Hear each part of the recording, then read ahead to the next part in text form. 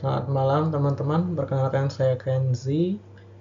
Hari ini akan mempresentasikan hasil capstone modul 3, yaitu modul machine learning dengan data e-commerce customer churn prediction.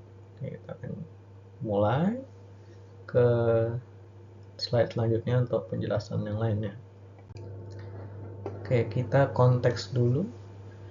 Jadi dalam konteks retensi pelanggan atau customer churn itu isu penting, kritis yang harus diatasi perusahaan. Karena kalau pelanggan tuh kita retain, itu menguntungkan buat perusahaan, apalagi yang loyal gitu. Ada riset dari Bain, itu sebuah badan konsultan, yang menunjukkan bahwa kalau retensi pelanggan meningkat 5%, labanya meningkat 25%.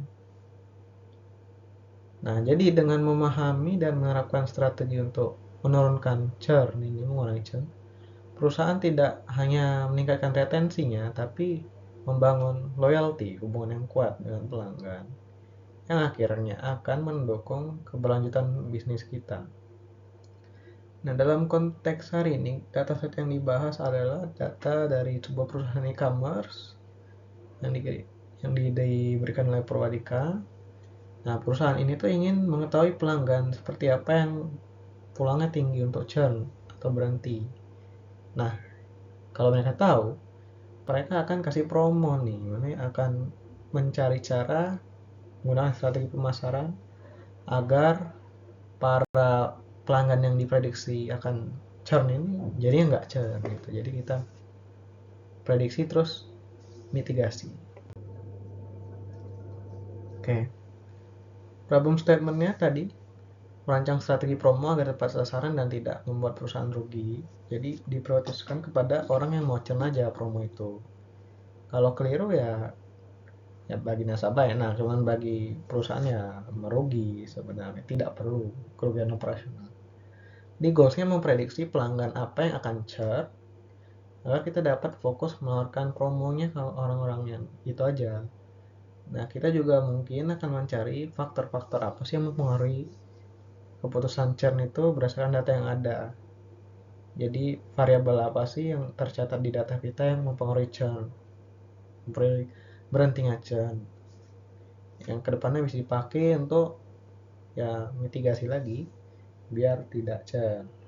Approach-nya karena ini data klasifikasi, jadi kita bangun model klasifikasi yang akan membantu perusahaan untuk memprediksi yang tadi probability churn. Tentunya berdasarkan hasil itu juga kita mencari polanya kira-kira seperti apa. Oke, metrik yang digunakan kali ini ada 3 metrik: sensitivity atau recall, accuracy, dan F2 score. Nah, untuk model kita menggunakan F2 score yang cuma memperhitungkan sensitivity or recall dan specificity atau precision. Nah, tambah juga nih kalau dari studi dari Forrester, customer churn itu menyebabkan kerugian 5 kali lipat daripada biaya advertising, biaya promosi.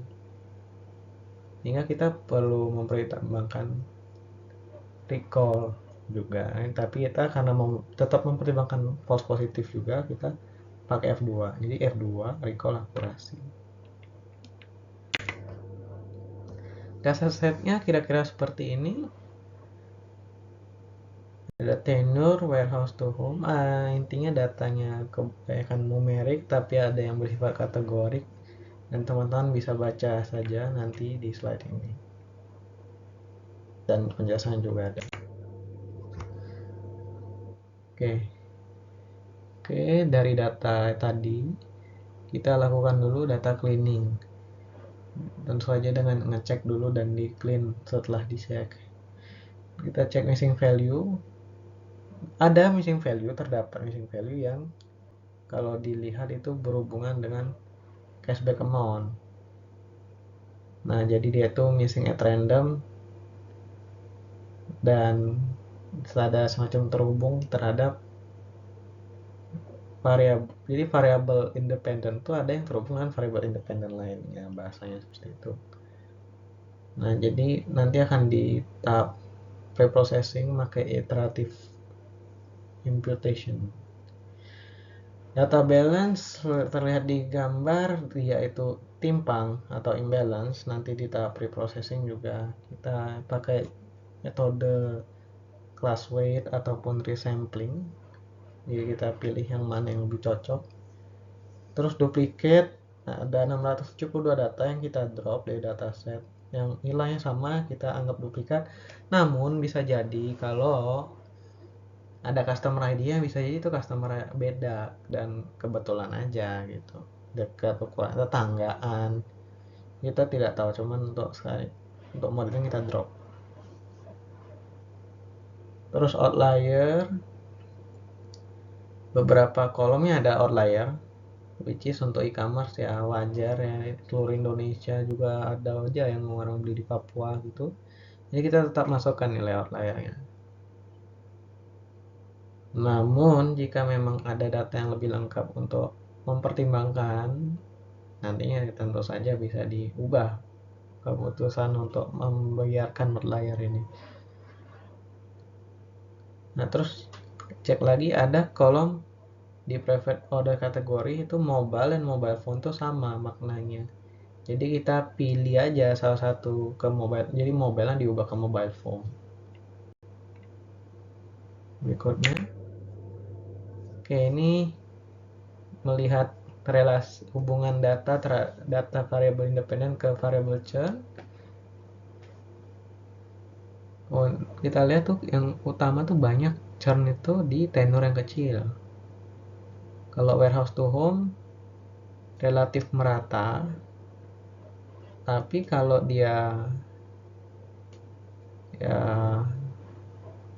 churnnya menurun seiring jaraknya makin jauh. Seasonal order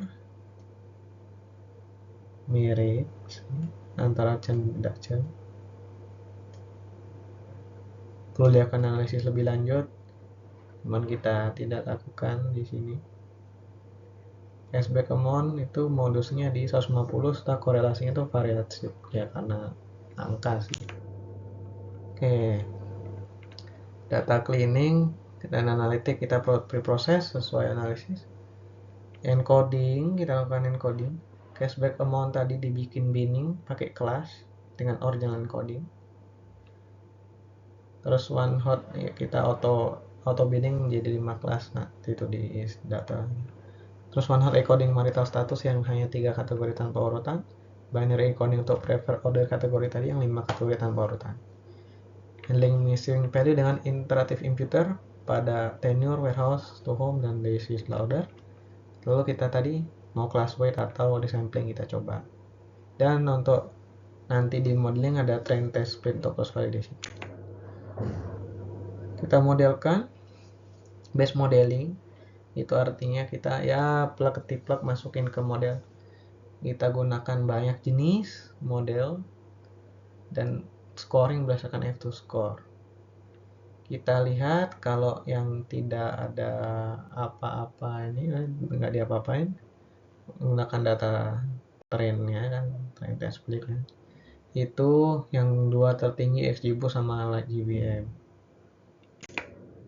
Nah, ini kalau kita pakai class weight balancing, yaitu dengan yang memberikan bobot ke data yang minority lebih banyak, itu dua model tertingginya sama, yakni GBM sama XGBoost juga, namun nilainya meningkat.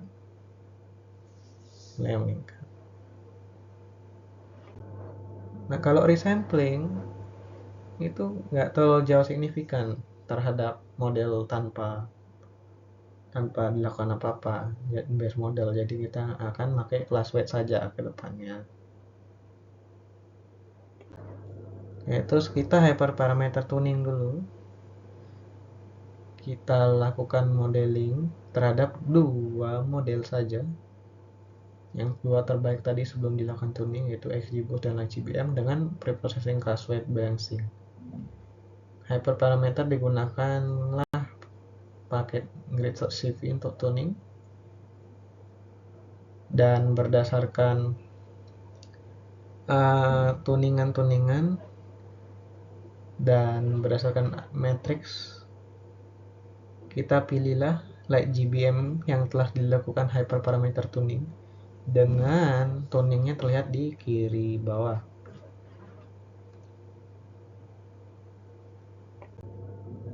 Nah, ini kita melihat fitur importance-nya yang menyebabkan model memprediksi relatif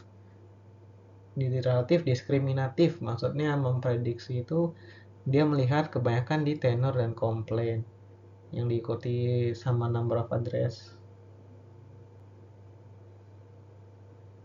Jadi peluang churn itu menurun sering bertambah tenor. Ya iya sih, brand loyalty-nya kebentuk gitu kan jadinya. Terus komplain, kalau dia komplain flag sama dengan 1, maka dia churn, peluangnya tinggi.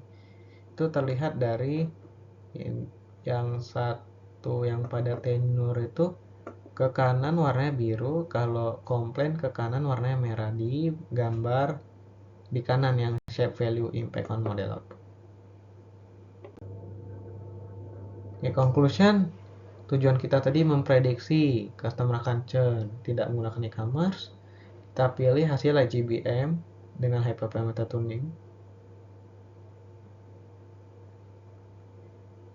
Dengan F2 score-nya di halaman sebelumnya ya, ini munculnya F1 score kali ini di sini.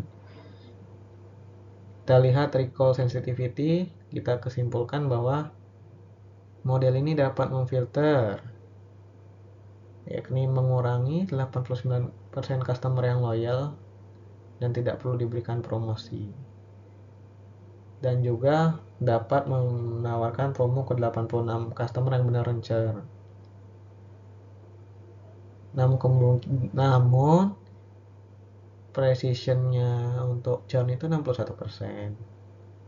Maka kemungkinan tebakan churn-nya benar itu sebesar 61%.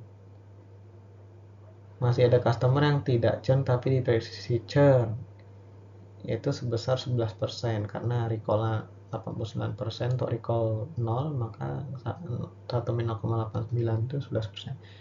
Jadi 11% itu masih bisa terlewat sama kita. Terus ini apa estimasinya? Kita akan menghemat 129 USD berdasarkan angka berikut.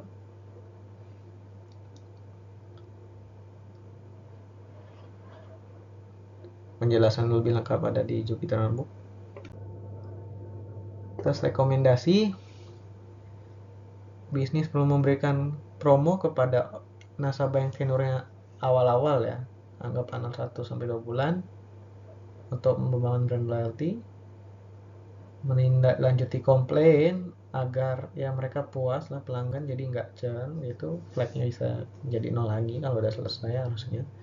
Terus mungkin juga memberikan penawaran potensi promo ongkir untuk customer yang jauh, jadi ya biar loyal juga walaupun tambahan aja.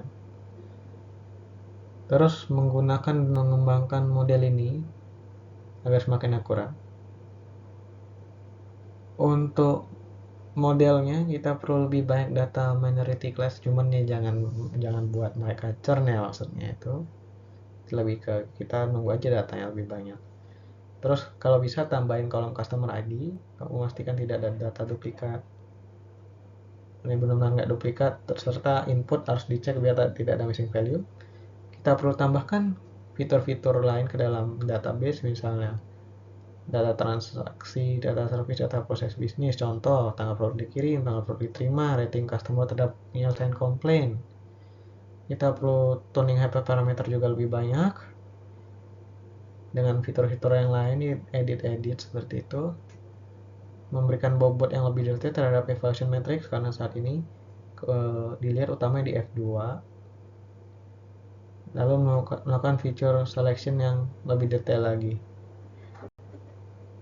Demikian saya sampaikan. Terima kasih.